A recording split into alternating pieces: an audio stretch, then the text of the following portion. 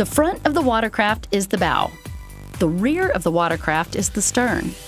From the operating position, the right side of the watercraft is starboard, and the left side is port. When riding with children, the child should always ride behind the adult to ensure all control distractions are avoided. When riding 3 up, the smallest child should be the middle rider. If another boat is crossing your path from your port side, left, you have the right-of-way. If another boat is crossing your path from your starboard side, right, it has the right-of-way. Boats approaching head-on should each veer to their starboard, right. The proper manner to overtake another boat from behind, you are responsible for keeping out of its way and giving it a wide berth as you pass on the starboard, right side. Every jurisdiction has rules for boating. Be sure you know what applies to you while riding your Sea-Doo watercraft on any given waterway, so that everything's shipshape when you encounter marine enforcement. Besides wearing a PFD, legalities are likely to include visible registration numbers, onboard safety gear, proper ID, and a valid boater's license. There aren't as many traffic signs or markers on the water as on roadways, but that doesn't diminish their importance. There are restriction signs to show areas where you can't ride or what speed to ride at. Various navigation buoys indicate direction, channel markers, and where the deepest water is. No wake zones are different than slow speed zones. Slow speed is designated as 7 miles per hour or slower, while no wake zones are just that, absolutely minimal wake while underway, usually to protect shoreline property, docks, or moored boats. Avoid riding after dark. Your Sea-Doo watercraft does not come equipped with navigation lights, so for your own safety and that of others, avoid riding after dark. Most jurisdictions designate half an hour after sunrise to half an hour before sunset as acceptable PWC usage times. The engine of your PWC is directly coupled to a drive shaft, which in turn rotates an impeller. This impeller is in a housing where water is drawn up from underneath the watercraft through the intake grate. Then the water flows through the impeller to a venturi. The venturi accelerates the water and produces thrust to move the PWC.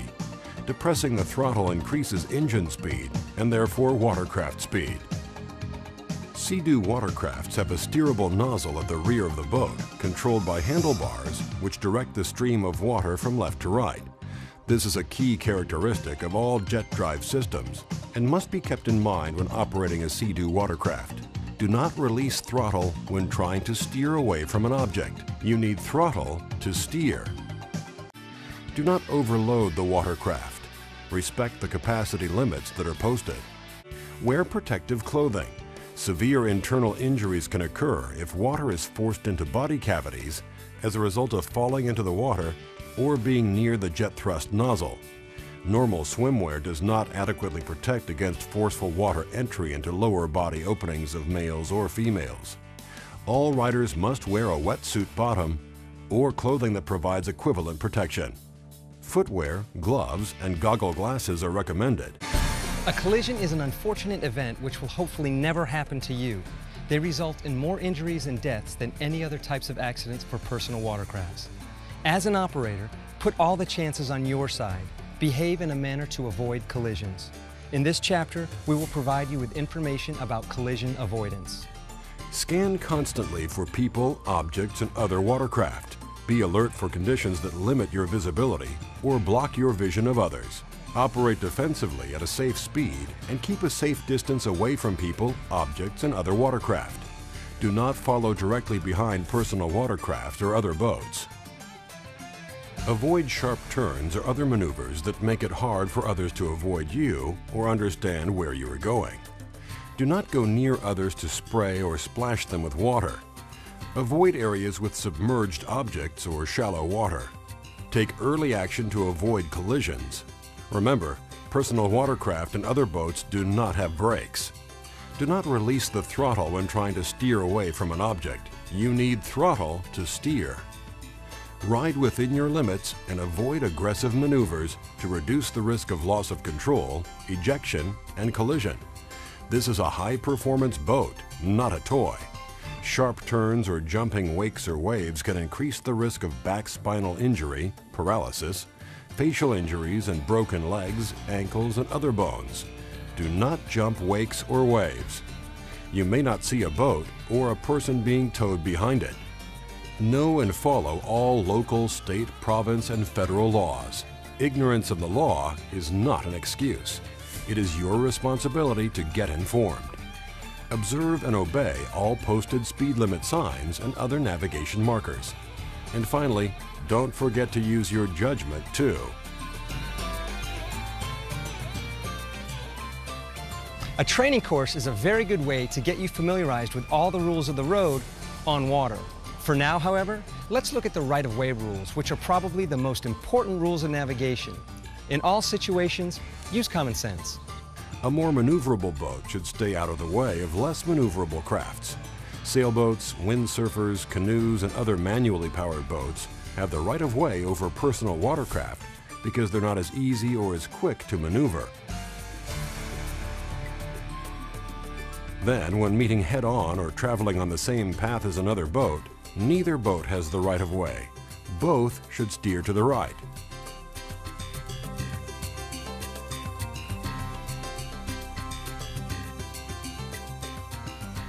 When crossing the path of another boat, the boat on the right has the right-of-way. The other boat steers clear, altering its course to the right and crossing behind the right-of-way boat. The yielding boat should do everything possible to avoid the crossing boat, including slowing, stopping, or reversing. If you're crossing the path of a boat coming from your left, you should keep the same path at the same speed and should change course only when trying to avoid collision. When trying to pass another boat from behind, stay far from the boat you're trying to pass. You can pass on either side as long as you stay well clear of the slower moving vessel. However, in all situations, if a collision is imminent, you must take another course of action to try to avoid the collision. Try to let the other boater know what you're doing and make your move decisively.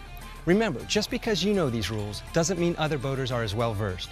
Defensive driving is key to safe boating, so always give yourself time to react no matter what the situation. It is always a good idea to practice and get familiar with all controls, functions, and handling characteristics of the PWC before venturing further. Start at a slow speed, make circles, figure eights, and release the throttle. Then increase your speed and repeat that maneuver until you feel comfortable. When you fully release the throttle, the engine returns to idle speed and the watercraft is gradually slowed by water drag. It is a good idea to get a feel for the stopping distance of your PWC at different speeds. Remember, PWCs and other boats do not have brakes. Before reboarding, make sure the engine is off. Get on from the rear by gripping the handle or top of the seat and pulling yourself upward until your knee can reach the boarding platform. Grab the seat strap and bring your feet up to the floorboard. The operator should board first, with the passenger holding onto the side to steady the boat. To maintain balance while the passenger boards, the operator should move as close to the console as possible. Never use the jet pump components as a support point. Do not start the engine until the passenger is seated. Connect the safety lanyard on its post and make sure the other end of the safety lanyard is still attached to your PFD. Check surrounding area for traffic, press start, and you're on your way. Maintaining a safe operating distance on plane is as easy as keeping a minimum distance of 150 feet away from everything. When you find that special beach or sandbar that you want to visit, drive slowly towards the shoreline and turn off the engine using the start-stop button when the water depth becomes less than 3 feet under the lowest rear portion of the hull. Carefully check the water for any hidden underwater objects. Then pull the watercraft to the beach. Your personal watercraft operates via sucking water in from the bottom and forcing it out under extremely high pressure through the jet at the rear. If you're in shallow water, debris such as sand and rocks can be sucked into the jet intake, at the very least causing performance issues or at the worst damage to the impeller. For the same reason, make sure there are no lines or ropes hanging off your personal watercraft because they can also be sucked into the jet intake, ruining your day on the water. Before beaching, shut down the engine before you reach shallow water or simply anchor the craft in 1 metre of water. If you have beached your craft, make sure you rock it from side to side as you push it out into deeper water before starting the engine. That will help dislodge any debris that may be caught underneath. In the event that your craft gets rolled over, you'll see the intake grate on the bottom. Grab the grate and roll the craft back over as quickly as you can and then board from the rear. Understand which way I need to rotate or roll the craft. Put one hand on the upside of the deck, the other on the underneath, and with a bit of effort, you can actually roll the ski over whilst at the rear. The operator should practice docking by utilizing a somewhat stationary object away from the dock, such as a buoy. Approach the buoy from different angles to learn how to react to different winds and currents using momentum and the various controls available. To practice at a dock, choose an area with no traffic, providing you space and time to learn. To dock, release the throttle at a sufficient distance before the expected landing area and reduce your speed to idle. Approach the dock on the upwind side at a slight angle.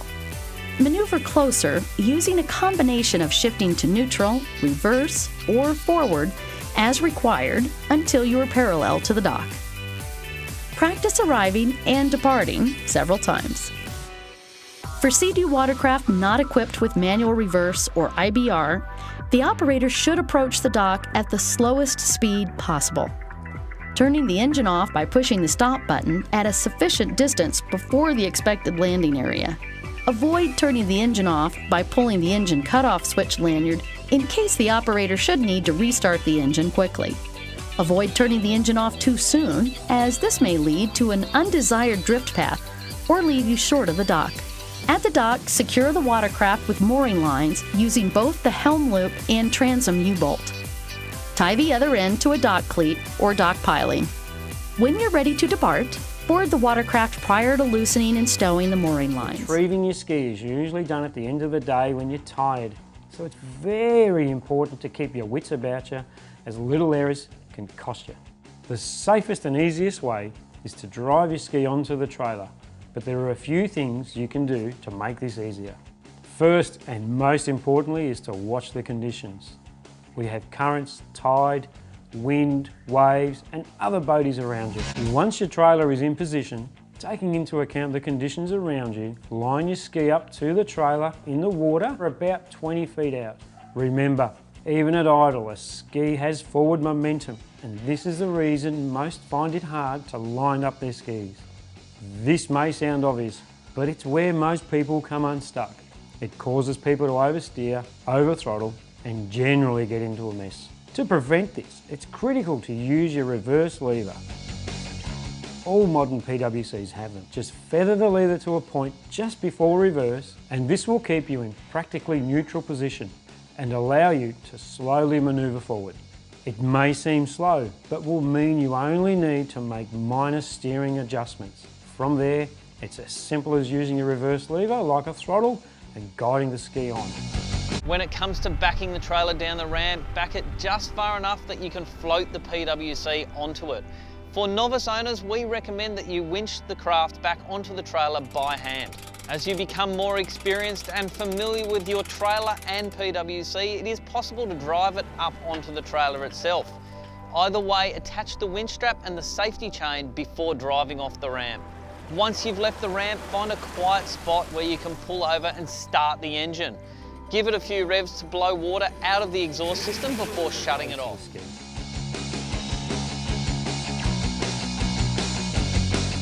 It is vitally important the tap is not running if the ski is not running, because if it is, you can potentially destroy your engine.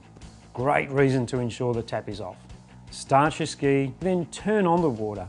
Ensure it's out the pump and exhaust outlet. Just apply your throttle a couple of times and run for 60 to 90 seconds. This will flush out the ski. Turn off the tap while the engine's running. Throttle again and run for another 20 seconds. Turn the ski off, disconnect, and you're done.